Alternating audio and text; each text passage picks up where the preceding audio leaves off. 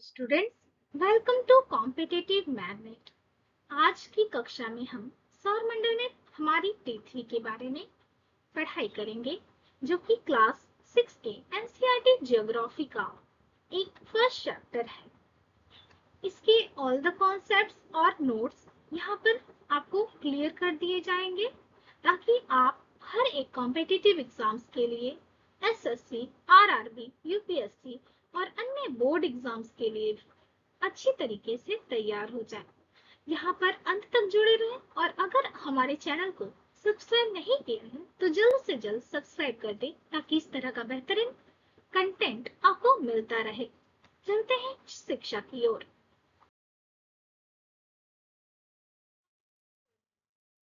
खगोलीय घटना जब पृथ्वी, चंद्रमा और सूर्य के बीच में, जिससे चंद्रमा का वह भाग जो पृथ्वी की ओर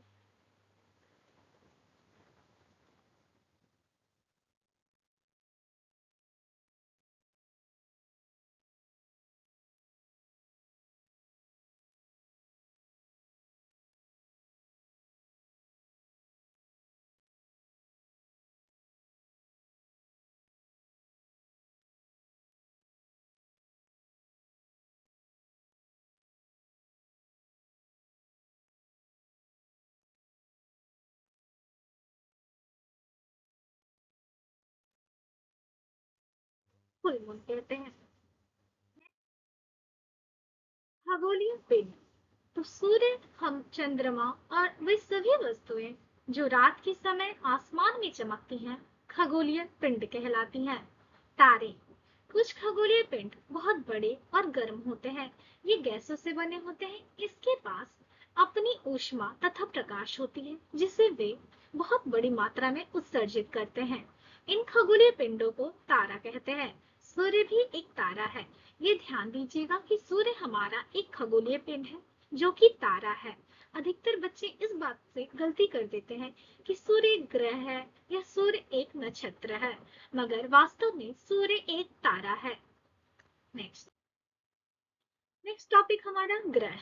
तो ग्रह किसे कहते हैं? कुछ खगोलीय पिंडों में अपना प्रकाश और ऊष्मा नहीं होता, वे तारों के प्रकाश से प्रकाशित होते हैं। ऐसे पिंड ग्रह कहलाते हैं। हमारा पृथ्वी भी एक ग्रह है। जिन खगोलीय पिंडों में अपना प्रकाश और ऊष्मा नहीं होता है बच्चों, उनको ग्रह कहा जाता है। और पृथ्वी जो हमारी है, उसके पास भी अपना प्रकाश और ऊष्मा नहीं है। वह सूर्य के प्रकाश से प्रकाशित होती है। अतः सूर्य एक तारा है और अन्य ग्रह जो तारों के प्रकाश से प्रकाशित होते हैं, ग्रह कहलाते हैं। नेक्स्ट टॉपिक उपग्रह। उपग्रह सैटेलाइट्स, ये वे पिंड हैं जो ग्रहों के चारों ओर चक्कर लगाते हैं, जैसे चंद्रमा पृथ्वी का चक्कर लगाती है। उपग्रह एक खगोलीय पिंड है जो ग्रहों के चारों ओर उसी प्रकार चक्कर लगाता है, जैसे ग्रह सूर्य के चारों ओर चक्कर लगाते हैं। इसका अर्थ आप समझ ही गए होंगे कि हमारे चंद्रमा के मतलब हमारा चंद्रमा एक उपग्रह है और पृथ्वी जो कि ग्रह है, ग्रह के चारों ओर चक्कर लगाने वाले को उपग्रह कहा जाता है। तो हमारा नेक्स्ट टॉपिक बनता है नक्षत्र मंडल। तो नक्षत्र मंडल किसे कहते हैं? तारों के विविध समूहों द्वारा बनाई गई विविध आकृतियों को नक्षत्र मंडल कहते हैं, जैसे कि अर्सा मेजर या बिग बियर। सप्तऋषि, सप्तऋषि भी एक नक्षत्र मंडल का ही नमूना है, जो कि 7 तारों का समूह है, जो कि एक बहुत बड़े नक्षत्र मंडल अर्सा मेजर का भाग है। आपसे यह क्वेश्चन पूछा जा सकता है कि सप्तऋषि कितने तारों का समूह है, तो आप आंसर करेंगे 7 तारों का। और एक भी क्वेश्चन पूछा जा सकता है कि सप्तऋषि किस नक्षत्र मंडल का भाग है, तो यू विल आंसर अर्सा मेजर का भाग है। तो नेक्स्ट टॉपिक ध्रुव तारा। ध्रुव तारा नॉर्थ स्टार को कहते हैं। प्राचीन काल में लोग रात्रि में दिशा का निर्धारण तारों की सहायता से करते थे। प्राचीन काल में थोड़ी लैंप हुआ करता था या मैप हुआ करता था या मोबाइल फोन हुआ करता था, जिससे आप किसी भी जगह का निर्धारण कर सकते हैं। मगर प्राचीन काल में लोग दिशा का निर्धारण तारों की सहायता से करते थे। उत्तर दिशा में चमकने वाला तारा ध्रुव तारा कहलाता है, जो कि ध्रुव तारा या उत्तर तारा भी कहलाता है, जो हमेशा एक ही स्थान पर रहता है। तो यहाँ पे ग्रहों की स्थिति बताई गई है कि हमारे ग्रह सौर मंडल में किस प्रकार से अवस्थित हैं। सूर्य के सबसे नजदीक बुध है, उसके बाद शुक्र, फिर पृथ्वी। पृथ्वी हमारे सौर मंडल के मतलब सूर्य से तीसरे नंबर पर आती है दूरी के हिसाब से। फिर मंगल, जुपिटर। जुपिटर और मंगल के बीच में एक क्षुद्र ग्रह पट्टी पाई जाती है जो कि विभिन्न पिंडों के द्वारा बनी गई है। और बृहस्पति, फिर शनि, यूरेनस, फिर लास्ट में नेपच्यून। 8वें नंबर पर नेपच्यून है। तो यहाँ पर एनसीईआरटी का ये पेज है और यहाँ पर डिटेल में इसके बारे में बताया गया है कि 4 ग्रहों को कहा जाता है आंतरिक ग्रह, जो कि आकार में छोटे हैं और सामान्यतः पत्थरों से बने हैं। और 4 ग्रहों को बाह्य ग्रह कहा जाता है, जो कि क्षुद्र ग्रह पट्टी के बाहर में है। ये 4 ग्रह बृहस्पति, शनि, यूरेनस, नेपच्यून। ये 4 ग्रह सामान्यतः आकार में बड़े हैं और बने हैं गैसों से, इसलिए इन्हें बाह्य ग्रह कहा जाता है। और सूर्य से इनकी दूरी अधिक है तुलना में आंतरिक ग्रहों की तुलना में। ठीक है, तो आगे बढ़ते हैं। तो हमारा नेक्स्ट टॉपिक होगा सौर मंडल, सोलर सिस्टम। सूर्य, 8 ग्रह, उपग्रह तथा अन्य खगोलीय पिंड जैसे क्षुद्र ग्रह और उल्का पिंड मिलकर सौर मंडल का निर्माण करते हैं। इसे हम सौर परिवार भी कहते हैं, जिसका मुखिया सूर्य है। हर एक परिवार का मुखिया होता है, जैसे कि बड़े बुजुर्ग को मुखिया बनाया जाता है हर एक परिवार का। तो यह सौर मंडल का, सौर परिवार का भी एक मुखिया है जिसे सूर्य कहा जाता है। आपसे ये क्वेश्चन पूछा जा सकता है कि सौर मंडल का मुखिया कौन है, तो आप आंसर क्या करेंगे, आप कमेंट में जरूर बताएं। सूर्य, द सन। तो हमारा सूर्य, इसके बारे में भी डिस्कशन करते हैं। केंद्र, सूर्य हमारे सौर मंडल के केंद्र में स्थित है। यह बहुत बड़ा और अत्यंत गर्म गैस से बना है। खिंचाव बल, इसका खिंचाव बल इससे सौर मंडल को बांधे रखता है। मतलब अन्य जो ग्रह हैं वो सूर्य से अट्रैक्ट होते हैं क्योंकि इसके पास खिंचाव बल है। प्रकाश का स्रोत, सूर्य सौर मंडल के लिए प्रकाश एवं ऊष्मा का अंतिम और एकमात्र स्रोत है। दूरी, पृथ्वी से सूर्य लगभग 15 करोड़ किलोमीटर दूर है। आपसे अक्सर एमसीक्यूज में पूछा जाता है कि सूर्य पृथ्वी से कितनी दूर है, तो आप क्या आंसर करेंगे, आप कमेंट में जरूर बताएं। तो हमारा नेक्स्ट टॉपिक बनता है ग्रह, प्लैनेट्स। इसके बारे में हमने पहले भी डिस्कशन किया था कि हमारे सौर मंडल में 8 ग्रह हैं। सूर्य से इनकी दूरी के अनुसार वे हैं बुध, शुक्र, पृथ्वी, मंगल, बृहस्पति, शनि, यूरेनस, नेपच्यून। कक्षा, जो कक्षा है वो ग्रह के लिए है। ग्रह अपनी कक्षा पर ही सूर्य का चक्कर लगाती हैं। सौरमंडल के सभी 8 ग्रह एक निश्चित पथ पर सूर्य का चक्कर लगाते हैं। ये रास्ते फैले हुए होते हैं और इन्हें कक्षा कहा जाता है। शुक्र, जो शुक्र है इसके बारे में यहाँ पर विशेष बात बताई गई है कि सूर्य पृथ्वी का जुड़वा ग्रह माना जाता है क्योंकि इसका आकार और आकृति लगभग पृथ्वी के समान है। ये ग्रहों के बारे में आपको डिटेल में बताया गया है और आपको ये सभी अच्छे तरह से अपने नोटबुक में नोट करना होगा।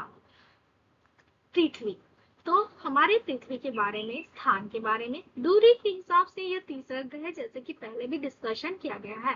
आकार के हिसाब से हमारे सौर मंडल में 8 ग्रहों में 5वें नंबर पर पृथ्वी आती है। मतलब सौर मंडल का 5वां सबसे बड़ा ग्रह पृथ्वी है।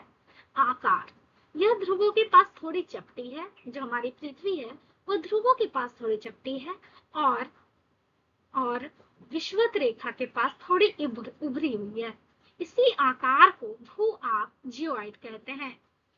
नीला ग्रह, हमारी पृथ्वी अक्सर नीले ग्रह के नाम से जानी जाती है। अंतरिक्ष से देखने पर पृथ्वी नीले रंग की दिखाई देती है क्योंकि इसके 2/3 सतह पर पानी है।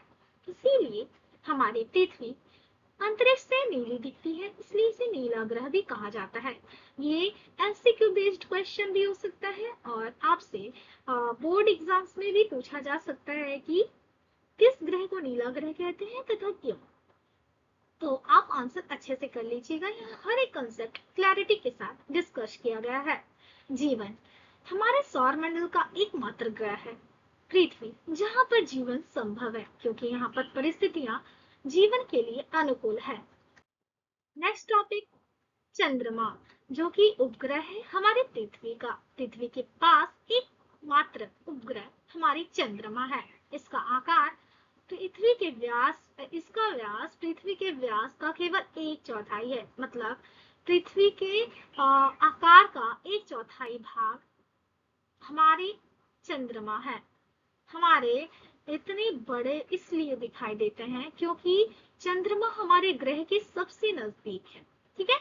दूरी, तो हमारी पृथ्वी से चंद्रमा की दूरी केवल लगभग 3,84,400 किलोमीटर दूर है। चक्र, चंद्रमा पृथ्वी का एक चक्कर 27 दिनों में पूरा करता है। आपसे अक्सर क्वेश्चंस पूछा जा सकता है कि हमारी जो चंद्रमा है वह पृथ्वी का एक चक्कर लगाने में कितना समय लेती है। तो आप क्या आंसर करेंगे बच्चों? 27 दिन। हमारी जो चंद्रमा है पृथ्वी का एक चक्कर लगाने में 27 दिन का समय लेती है। और यहाँ पे एक इम्पॉर्टेंट नोट बताया गया है आपको कि प्रकाश की गति लगभग 3 लाख किलोमीटर प्रति सेकंड है। इस गति के बावजूद सूर्य के प्रकाश को पृथ्वी तक पहुंचने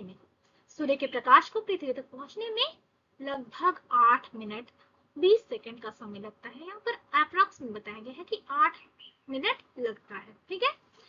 आप कॉम्पिटेटिव एग्जाम्स में भी अगर एमसीक्यूज में पूछा जा सकता है तो 8 मिनट 20 सेकंड होगा ऑप्शन में, तो 8 मिनट 20 सेकंड देंगे, नहीं तो लगभग 8 मिनट भी आंसर कर सकते हैं। तो क्षुद्र ग्रह, हमारा नेक्स्ट टॉपिक बनता है क्षुद्र ग्रह। तारों, ग्रहों और उपग्रहों के अतिरिक्त असंख्य छोटे छोटे पिंड सूर्य के चारों ओर चक्कर लगाते हैं। इन पिंडों को क्षुद्र ग्रह कहा जाता है। ये मंगल और बृहस्पति की कक्षाओं के बीच पाए जाते हैं। वही क्षुद्र ग्रह जिसके द्वारा मतलब जो बाह्य ग्रह है वो आंतरिक ग्रहों से अलग होती हैं। वैज्ञानिक मत, वैज्ञानिकों के अनुसार क्षुद्र ग्रह के ही भाग होते हैं, मतलब ग्रहों के भाग होते हैं। वैज्ञानिकों का मानना है कि जो क्षुद्र ग्रह हैं वह किसी दिन ग्रह के भाग ही थे, जो कि बहुत वर्षों पहले विस्फोट के बाद ग्रहों से टूटकर अलग हो गए।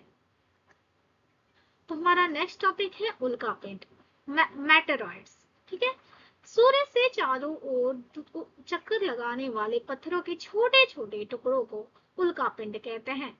देखिए, क्षुद्र ग्रह थोड़े बड़े आकार में होते हैं और उल्कापिंड जो होते हैं वो छोटे छोटे टुकड़ों के उल्कापिंड कहा जाता है। पृथ्वी पर आगमन, कभी कभी उल्कापिंड पृथ्वी के इतने नजदीक आ जाते हैं कि इनकी प्रवृत्ति जो होती है पृथ्वी पर गिरने की हो जाती है। घर्षण और प्रकाश, वायुमंडल के साथ रगड़ के कारण ये गर्म होकर जल जाते हैं, फलस्वरूप चमकदार प्रकाश उत्पन्न करते हैं। कभी कभी कोई उल्का पूरी तरह से ना जले पृथ्वी पर गिरती है, जिससे धरातल पर गड्ढे हो जाते हैं। ये आपने देखा भी होगा, न्यूज़ में आते हैं कभी कि यहाँ पे उल्कापिंड गिर गई है। तो आप यहाँ पे अच्छी तरीके से पढ़ लीजिए कि इसके रीजंस क्या है। इसी के साथ हमारा आज का लास्ट टॉपिक है कि हम पूरी ब्रह्मांड में कहाँ हैं। तो हमारा तो मतलब देश भारत है, जो कि एशिया महादेश का एक भाग है। और एशिया महादेश पूरी पृथ्वी का सबसे बड़ा महादेश है। तो पूरी पृथ्वी सौर मंडल का एक ग्रह है, जो कि सौर मंडल का एक भाग है। और सौर मंडल भी आकाश गंगा का भाग है और आकाश गंगा पूरे ब्रह्मांड का भाग है। तो आप बता सकते हैं कि हमारा लेवल कितना छोटा सा है और हम इस ब्रह्मांड की तुलना में कितने छोटे हैं।